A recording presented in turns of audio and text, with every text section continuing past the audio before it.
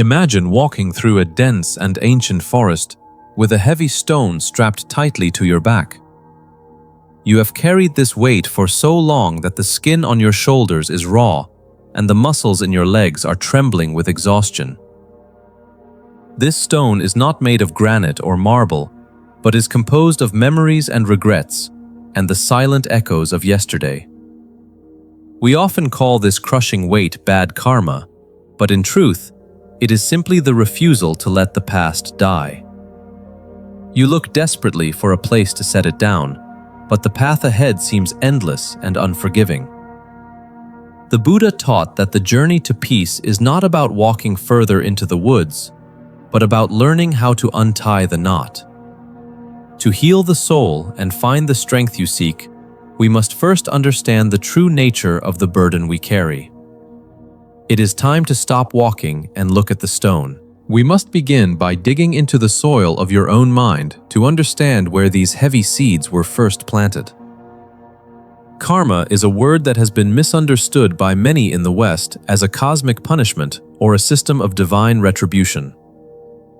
This view is incorrect and creates unnecessary fear in the heart of the seeker. The word karma simply means action. It is the law of cause and effect that governs the movement of the universe and the movement of your own life. Imagine that your mind is a vast and fertile garden that is always waiting for a seed to be dropped into the earth.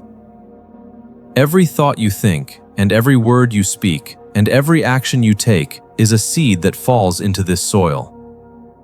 When you act out of anger or greed or confusion, you are planting seeds that will inevitably grow into thorny vines and poisonous plants. These plants are not there to punish you, but are simply the natural result of what was planted in a moment of unconsciousness. The bad karma you feel dragging you down is the accumulation of these overgrown vines that now choke the light from your spirit. It manifests as anxiety that wakes you up in the middle of the night. It shows itself as the guilt that prevents you from looking someone in the eye. It is the recurring pattern of failed relationships or the constant feeling that you are not enough. You might believe that you are a victim of bad luck or that the universe is conspiring against you. But the Buddha asks you to look closer at the roots of these plants. You will see that they were watered by your own attachments and your own reactions to the world around you. To heal your soul, you must accept that you are the gardener of your own experience. This realization is not meant to create blame, but to empower you with the ultimate truth of your existence. If you have the power to plant seeds of suffering, then you also possess the power to plant seeds of liberation. The weight you feel is real, but it is not permanent. It is an energy that has been trapped in the structure of your ego. You have identified with your mistakes, and you have allowed them to define who you are today. But the garden is not the gardener. The weeds are not the earth. You are the conscious awareness that observes the garden, and you have the capacity to clear the ground. This process begins with a radical acceptance of where you are right now, without wishing it were different. You cannot weed the garden if you refuse to look at the dirt.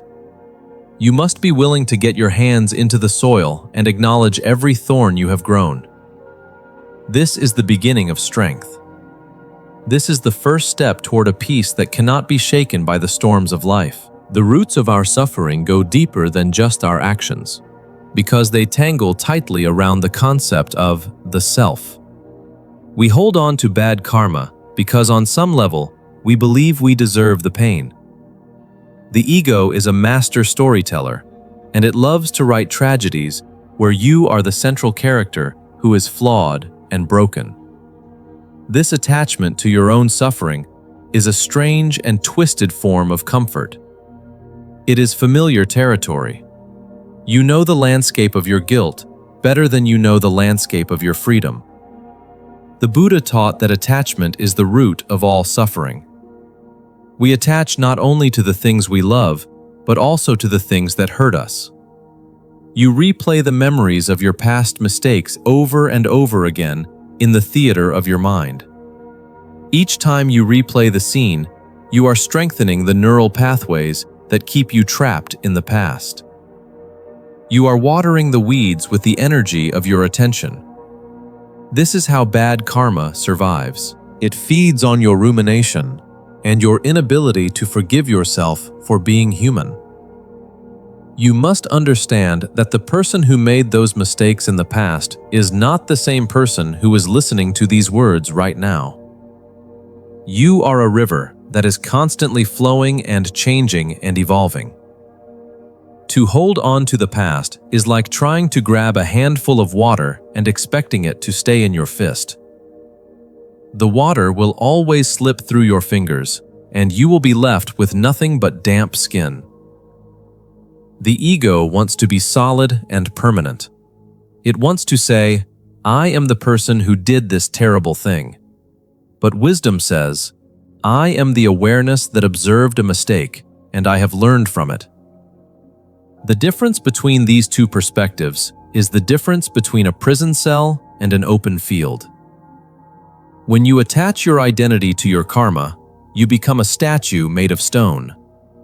You become heavy and immovable and brittle. But when you realize that you are the space in which the karma arises and passes away, you become like the sky. Clouds may float through the sky, and some of them may be dark and full of thunder. But the sky is never stained by the clouds. The sky does not hold on to the storm. It allows the storm to pass and reveals the sun once more. You have spent too many years identifying with the clouds. You have forgotten that you are the vast and open sky. Letting go of bad karma requires you to burn the script that the ego has written for you. It requires a death of the old self so that a new self can be born. This is terrifying for the ego, because the ego fears nothing more than its own dissolution. But this fear is a gateway. On the other side of this fear lies the healing you have been searching for. You must be brave enough to walk through the fire of your own shame. The fire will not burn you. It will only burn away what is not true. It will burn away the heavy chains of the past and leave you standing in the ashes of your old life, ready to build something new, something wise, something free. Now we must analyze the mechanics of how we can release this weight through the power of observation. The Buddha provided a systematic method for dismantling the structures of suffering.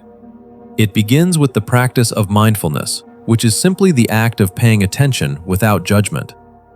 Most of us move through our days in a trance of automatic reactions. Someone insults us and we immediately snap back with anger. We feel lonely and we immediately reach for a distraction. These automatic reactions are the wheels of karma turning over and over again. To stop the wheel, we must introduce a pause. Between the stimulus and the response, there is a space. In that space lies your freedom and your power. When you feel the surge of a negative emotion or the weight of a past memory, you must learn to stop and observe it. Do not push it away and do not pull it closer. Just watch it as if you were a scientist observing a phenomenon in a laboratory. Name the feeling. Say to yourself, "This is anger," or "This is guilt," or "This is fear." By naming the demon, you strip it of its power to control you. You are shifting from being the actor in the drama to being the audience watching the screen. This shift in perspective is the key to dissolving bad karma. Karma requires your participation to continue its cycle. It needs you to get angry, or sad, or defensive. If you simply watch the energy arise and refuse to feed it with more reaction, it will eventually run out of fuel. Imagine a fire that is burning in the center of a room. If you stop throwing logs onto the fire, it will eventually burn down to embers and then to ash. Your reactive thoughts and emotions are the logs. Your awareness is the space around the fire. This practice requires immense discipline and inner strength. It is not easy to sit with the discomfort of guilt or the heat of anger. The instinct is to run, or to fight, or to numb yourself, but the warrior of the spirit stays seated in the fire. You must develop the capacity to tolerate the sensations in your body without acting on them. Feel the tightness in your chest, Feel the heat in your face. Feel the knot in your stomach. Know that these are just physical sensations and they cannot hurt you. They are simply energy waves moving through your nervous system. By observing them with patience and compassion, you are metabolizing the old karma. You are digesting the undigested experiences of your past. This is how true healing happens. It does not happen by thinking your way out of the problem. It happens by feeling your way through the problem. The mind will try to pull you back into the story of why you are a bad person. It will list all your failures and all your flaws. Do not argue with the mind. Simply return to the sensation of the breath and the feeling of the body. Anchor yourself in the present moment. The present moment is the only place where karma can be dissolved. The past is a memory, and the future is a fantasy. Only here and only now can you break the chain. With every breath you take, you are given a new opportunity to choose a different path. You are not bound by what you did 5 minutes ago or 5 years ago. In this second, you are free. We must now analyze the profound concept of emptiness and how it relates to the healing of your soul. The Buddha taught that all things are empty of independent existence. This sounds abstract, but it is the most practical tool for letting go. It means that nothing exists on its own, including your problems and your karma. Everything is interconnected, and everything is dependent on conditions. Think of a wave in the ocean. Does the wave have a separate self? Can you take a wave out of the ocean and put it in a box? No, because the wave is just a movement of the water. It arises due to wind and tide, and it falls back into the ocean when the conditions change. You are like that wave. Your bad karma is like the foam on the crest of the wave. It looks solid and real for a moment, but it has no permanent substance. When you understand this, you stop taking your life so personally. You realize that the mistakes you made were the result of conditions. Perhaps you were raised in a home without love. Perhaps you were in a situation of extreme stress. Perhaps you were young and ignorant of the consequences. These conditions came together to create the action that you now regret. This does not mean you avoid responsibility. It means you understand the cause so you can have compassion for the effect. Compassion is the solvent that dissolves the glue of karma. You must learn to extend this compassion to yourself. In the West, we are taught to be hard on ourselves. We believe that self-criticism is the only way to improve. But the Buddha taught that hatred never ceases by hatred, but only by love. This applies to the hatred you feel toward yourself. You cannot hate yourself into a better version of yourself. You can only love yourself into healing. Imagine a small child who has broken a vase. Screaming at the child will only create fear and trauma. Explaining to the child how to be careful and showing them forgiveness teaches them wisdom. You are both the parent and the child. You must hold your own heart with the tenderness of a mother holding her newborn. When the waves of regret wash over you, whisper to yourself that it is okay. Tell yourself that you are learning. Tell yourself that you are doing the best you can with the wisdom you have today. This softness is not weakness. It is a formidable strength that shields you from the arrows of the world. When you forgive yourself, you cut the anchor chain. The boat of your life begins to drift away from the rocky shore of the past. You begin to move toward the open horizon of possibility. The analysis of your soul reveals that there is no dark spot that cannot be cleansed by the light of awareness. There is no sin that is greater than the capacity of the human spirit to recover. You have the potential for enlightenment sleeping within you right now. It is covered by the dust of your actions, but the gold underneath remains pure. Your task is simply to wipe away the dust, one conscious breath at a time, one act of forgiveness at a time. one moment of stillness at a time. The analysis is clear. You are not your karma. You are the light that shines upon it. We must now turn a critical eye toward the world we live in and the false remedies it offers for our pain. You live in a society that is terrified of silence and obsessed with distraction.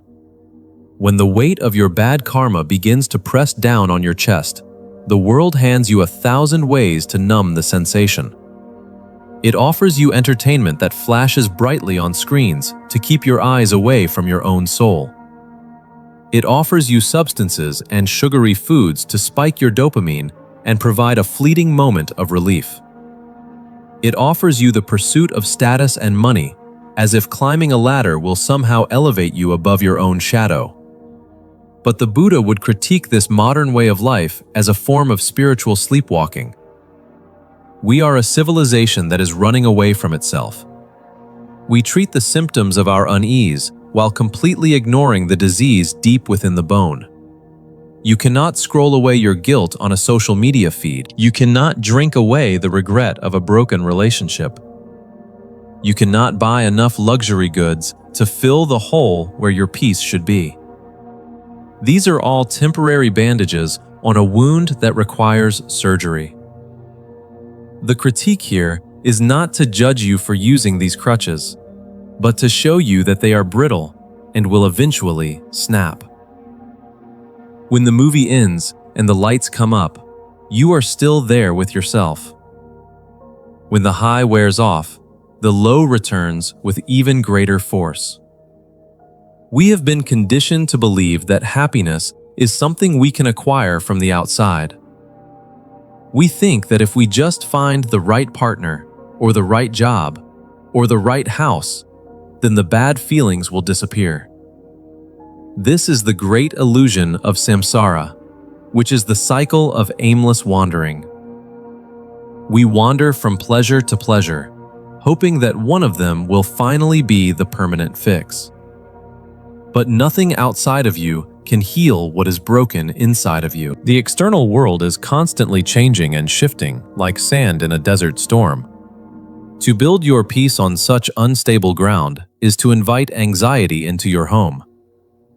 We must also critique the modern tendency to blame others for our internal state. It is fashionable to point fingers at our parents or our society or our ex-lovers. While it is true that others may have hurt you, holding on to that blame is like drinking poison and expecting the other person to die. Blame is a defense mechanism of the ego that prevents you from looking at your own participation in the drama. As long as you are a victim, you are powerless to change your destiny. The victim waits for an apology that may never come. The victim waits for the world to change before they can be happy. This is a recipe for eternal suffering. You must step out of the role of the victim and into the role of the master. The master does not deny the pain, but the master refuses to be defined by it. The master sees the distractions of the world for what they are.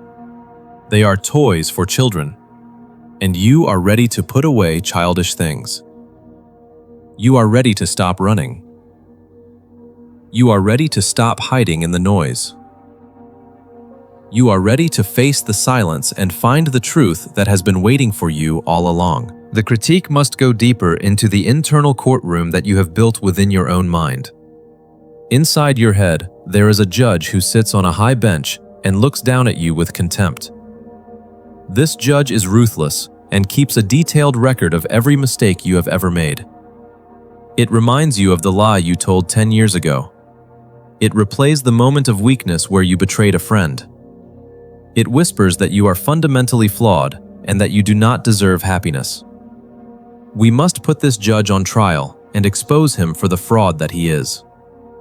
This internal critic is not the voice of truth, and it is not the voice of God. It is an echo of societal conditioning and fear. We have absorbed the idea that punishment is necessary for redemption. We believe that if we beat ourselves up enough, we will somehow balance the scales of justice. But the Buddha taught that suffering is not a currency that buys you forgiveness. Your self-hatred does not help the people you have hurt. Your guilt does not undo the past actions. In fact, Your guilt often makes you more self-absorbed and less available to the world. When you are drowning in shame, you cannot see the suffering of others. You are too busy looking at your own navel and obsessing over your own unworthiness. This is a form of negative ego.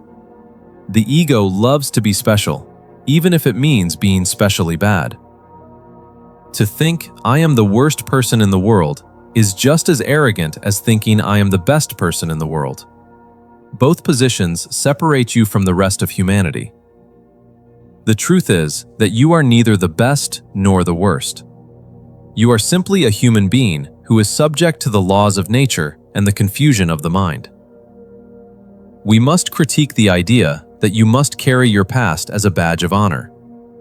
Some people wear their trauma like a heavy coat because they do not know who they would be without it. They are afraid that if they let go of the grief, they will lose the connection to what they lost. But grief is a passage, not a place of residence. To linger in the doorway of the past is to deny the life that is calling you forward. The judge in your mind wants you to stay in the doorway because it is safe and predictable. It tells you that the unknown future is dangerous. It tells you that you are not strong enough to handle freedom. You must challenge these thoughts with the sword of wisdom. Ask yourself, who is the one talking? Is it the wise part of me or the scared part of me? You will find that the voice of condemnation is always the voice of fear. The voice of wisdom is quiet and gentle and encouraging. It does not yell. It does not berate. It simply invites you to try again. We must dismantle the courtroom stone by stone. Fire the judge. Unlock the prison cell. Realize that the door was never locked in the first place. You have been sitting in an open cage, waiting for permission to leave. This is the permission you have been waiting for. Stand up and walk out. Now we arrive at the synthesis, where we take the broken pieces of the past and forge them into a vessel of wisdom. We have looked at the roots, and we have analyzed the mind, and we have critiqued the traps. Now we must act. The synthesis of healing lies in the transmutation of energy. In alchemy, the goal is to turn lead into gold. In Buddhism, the goal is to turn suffering into enlightenment. Your bad karma is the lead. It is heavy and dark and toxic. But within that lead lies the potential for gold, if you know how to apply the heat of compassion. You must begin to use your past mistakes as fuel for your future goodness. This is the active principle of clearing karma. You cannot just meditate the karma away, you must also act it away. If you have taken from the world in the past, you must now give to the world. If you have spoken harsh words, you must now speak words of kindness. If you have caused pain, you must now alleviate pain. This creates a flood of positive energy that washes away the old stains. Imagine a bucket of water that is filled with black ink. If you try to scoop out the ink, it takes forever. But if you place a hose of clear, fresh water into the bucket and turn it on full blast, the clean water will eventually displace the ink. Your acts of generosity and kindness are the fresh water. Do not worry about the ink. Just keep pouring the clean water. This is how you synthesize your experience. You let your past inform your compassion. Because you have known the darkness of guilt, you can have empathy for others who are guilty. Because you have felt the sting of regret, you can help others avoid the same traps. Your scars become maps for those who are lost in the woods. You become a wounded healer. There is a profound dignity in this role. You are no longer hiding your wounds. You are using them to serve. The Buddha taught that the lotus flower blooms most beautifully from the deepest and thickest mud. Without the mud, the lotus cannot grow. Your bad karma is the mud. Do not curse the mud. Thank the mud for providing the nutrients you needed to grow. This shift in perspective changes everything. Suddenly, your life is not a series of failures, but a perfectly designed curriculum for your soul. Every heartbreak and every mistake was a lesson that brought you to this exact moment of realization. You could not be this wise if you had not been that foolish. You could not be this strong if you had not been that weak. Embrace the totality of your journey. Synthesis means bringing it all together into a unified whole. You are the light and the shadow. You are the saint and the sinner. When you accept this duality, you transcend it. You find the middle path that walks between the extremes. You are no longer fighting a war against yourself. You are in alignment with the flow of the universe. You are planting seeds of love in the very soil that used to grow thorns. And the garden begins to change. Slowly but surely, the flowers begin to bloom. The final synthesis is the realization of the state the Buddha called nirvana, which essentially means the cooling of the flame. It is the extinguishing of the fires of greed and hatred and delusion. When you let go of bad karma, you are not losing a part of yourself. You are losing a burden. Imagine reaching the top of that mountain we spoke of at the beginning. You unstrap the heavy stone from your back and you let it roll down into the abyss. You stand up straight for the first time in years. The air is thin and crisp and clear. You can see for miles in every direction. This is the view from the summit of forgiveness. You realize that the journey was necessary to build the muscles of your spirit, but the stone is no longer needed. You are now free to walk the rest of your days with a light step. Living with a light heart is the ultimate goal of all spiritual practice. It means you move through the world without friction. When trouble comes, you do not resist it. You flow around it like water. When mistakes happen, you correct them immediately and move on without dwelling. You live in a state of continuous renewal. Every morning is a new life. Every encounter is a fresh start. You are no longer dragging the corpse of the past behind you. You are fully alive in the radiant present. This synthesis brings you to a place of profound gratitude. You are grateful even for the hard times because they forged the steel of your character. You see that there were no accidents. The universe was not punishing you. It was polishing you. It was grinding away the rough edges so that you could become a clear diamond. Now you can reflect the light of the world without distortion. You have found the peace that passes all understanding. It is a peace that does not depend on everything going right. It is a peace that exists in the midst of chaos. You have become the eye of the storm, calm and centered while the winds howl around you. You have learned the secret of the Buddha, that you are not the body and you are not the mind. You are the eternal witness, the one who watches, the one who knows, the one who is free. This freedom is your birthright. It has always been yours. You just had to put down the stone to pick up the crown. You are ready now. The forest is behind you.